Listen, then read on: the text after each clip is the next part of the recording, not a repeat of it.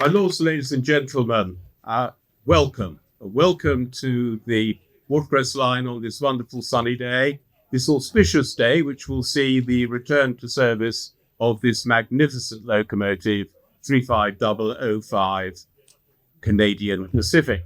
The locomotive is actually owned by the Watercress Line Heritage Railway Trust, which is the trust I have the honour to be chair of. So it falls to me to say thank you. In fact, multiple thank yous. Firstly, to the volunteers and staff at Ropley Works on this railway and at Eastleigh, who over a period of 14 years restored the locomotive to its current magnificent state. It was a fantastic job. Thank you to them. Many of them, of course, are actually members of the trust. So it's very much a collective effort. Also, because often they get forgotten, a thank you to all the backroom people who work here at Alresford and in Ropley, because you can't restore a locomotive unless you've got money. If you've got money, you need accounts and you need administrators. You need people to order stuff and organize stuff. And so there's a huge number of people working behind the scenes who have made this magnificent engineering feat possible. As I just hinted, you do need money. And we have been immensely fortunate in the generous funding that we've received from the National Lottery Heritage Fund. The lottery has been immensely patient with us because we thought we could fix this locomotive in 5 years. It actually took 14. But they stuck with us. They supported us, they helped us, they've encouraged us. And I'm so pleased that Ailish McGuinness is here today, and I will have the opportunity to hear from her shortly. And actually, if I may, Ailish, I'd like to say a thank you to several million people, because they're the people that buy their lottery tickets. And it's a little bit of their money from each lottery ticket that has helped this project and helped so many worthy projects in the United Kingdom. The UK wouldn't be what it is without the National Lottery. So the right moment, I think, to remember them, all those people who have generously bought lottery tickets over the years. And of course, other donors, private individuals, institutions who have contributed funds towards the restoration of this locomotive. 35005 is the star of the show. She's an engineering masterpiece, and by restoring her, what of course we've done is to enable a new generation to learn about basic engineering and to then, on top of those basic engineering skills, learn and acquire really specialist skills. So it's all about not just preserving the past, but engineering our future. And that is very much at the heart of the project. But I'm also going to suggest that the project is about something else.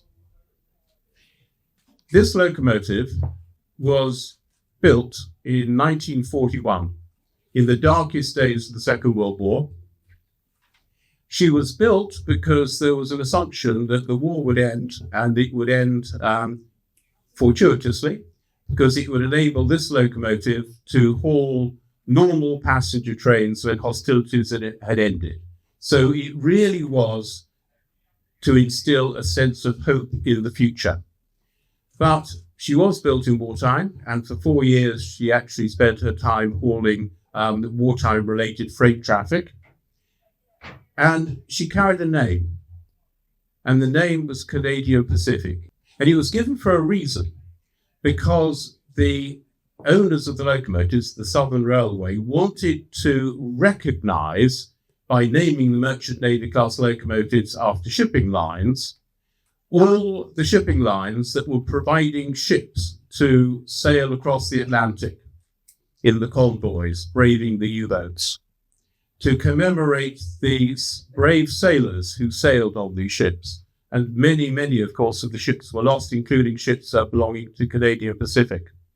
So this was all about recognizing the tremendous contribution that was being made to the United Kingdom by the shipping lines in the 1940s and the brave sailors who sailed those ships.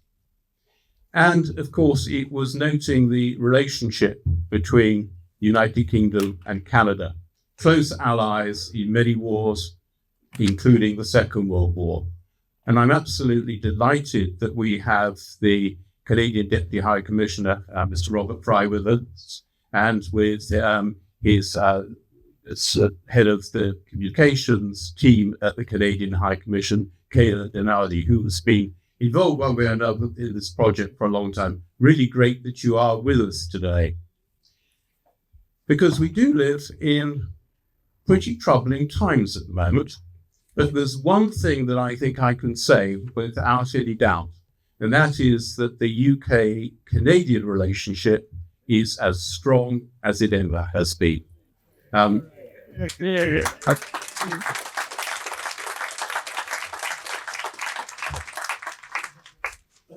Canada and the UK are rock solid in terms of their relationship, and the locomotive behind me symbolises that. Ladies and gentlemen, thank you very much indeed. I have the best job in the world, and this morning it is even more joyous than ever. It's so brilliant to be here and to see this beautiful steam locomotive restored for the future for everyone to enjoy, because that's what we do at the Heritage Fund. We protect heritage to hand it on to future generations, and this couldn't be a better example of that. It's the 200th year anniversary of the birth of modern railway, so another reason to celebrate. And we know that, the heritage railway is so key to our heritage story. And I think that's a really important thing. This obviously is a locomotive of great beauty. It's a locomotive of great sort of engineering skills. And I have to pay tribute to everyone who's been involved in it. But also, it's a way of telling the story of the nation. And it is such an incredible story. We've only heard bits of it, but I know throughout the operation of this train, we'll hear more and more about it. We've thanked National Lottery players. I think if you were voting for a project, this would definitely be voted to give National Lottery money to. I'm pretty certain about that. And we are delighted that actually we have funded over 600 railway projects and with 105 million in grants over the last 30 years. So it's a really incredible story. So a big tribute to the team here, to all the volunteers, because that is so critical. And we need to hand on those skills to future generation. It's a real commitment for us to continue to do that so that these trains can be operated the way that people remember and the way they can continue to tell the story of the UK. So congratulations, everyone. And I am absolutely thrilled to be here. No, don't go too far, Alice, because I'm going to invite you and Robert Fry to come up and unveil the locomotive. This is going to be what could go wrong. Can I just say, after all the years of projects, I've never done this, so please forgive me. Okay, is everybody ready? Let's see whether this works.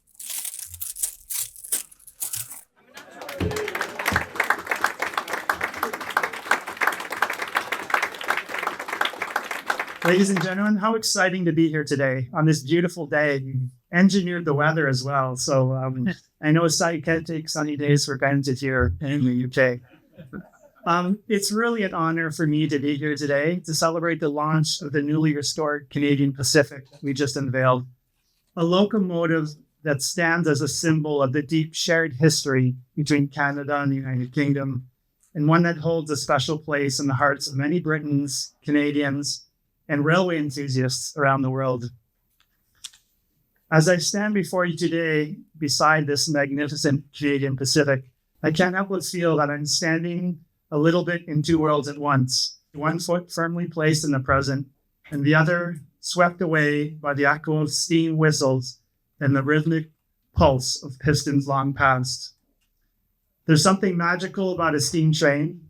We're all gathered for that. It's more than just machinery. More than steel and rivets, more than the roar of the boiler and the hiss of the steam. It's a living, breathing thing. And this locomotive, this beautifully restored Canadian Pacific, is not just a piece of history. It's a heartbeat that has been rekindled. Thanks to the tireless dedication of thousands of those who refuse to let her voice be silenced, she lives again. Every gleaming bolt and polished brass fixture tell the story of resilience and love, of countless hours spent breathing life back into a vessel that once connected towns, hearts, and dreams. The hands that restored her didn't just rebuild a train, they resurrected a symbol of adventure, of romance, of the undying human spirit. The Canadian Pacific carried more than just passengers. She carried the weight of memory, the gentle whisper of lovers parting on the platform, the laughter of children pressing their faces to the glass, and the quiet reflection of those who found solace in the steady rhythm of the tracks. She reminds us that sometimes the past is not meant to be left behind. Sometimes it's meant to be carried forward, rekindled, and shared with new generations. So, thank you so much. Canada and the UK have has a deep shared history. It's rooted in our country's lengthy lived experience with one another, family bonds, and the respect and trust we have built over so many years. The values we have promoted and defended together in the world for a very long time. Although our relationship extends much farther back than World War II, it was during those dark days that our bond was fostered together as we stood shoulder to shoulder in the fight against tyranny. So I'm heartened to see this locomotive, a brilliant symbol of that Allied effort and the Canada-UK relationship, restored to her full glory. During the Second World War, the Watercress Line route and the Canadian Pacific locomotive were vital strategic assets that helped the UK, Canada, and our allies through secure peace and secure freedom that we still enjoy today. Built at the height of World War II, the Canadian Pacific played a key role transporting troops and munitions to the British coast in preparation of D-Day, where 14,000 Canadians landed on Juno Beach on June 6th. The locomotive was named to recognize the Canadian Pacific Shipping Line and Merchant Navy, which were crucial in keeping Britain supplied, and honored the sacrifices made by the many brave crews lost to German U-boats attacks. By the end of the war, the Canadian Pacific Line had lost every one of the ships they had in 1939. These Canadian, British, and other Allied seamen made the ultimate sacrifice to protect our way of life, and for that, they have our undying gratitude. At a time when Canadian sovereignty is being tested, I was reflecting, it's very relevant to talk about the railway, but the Canadian Pacific, because the building of the railway across Canada is what united Canada in the 19th century. It's what helped fend off the expansion from the south at the time. And so that's something that resonates today more than ever.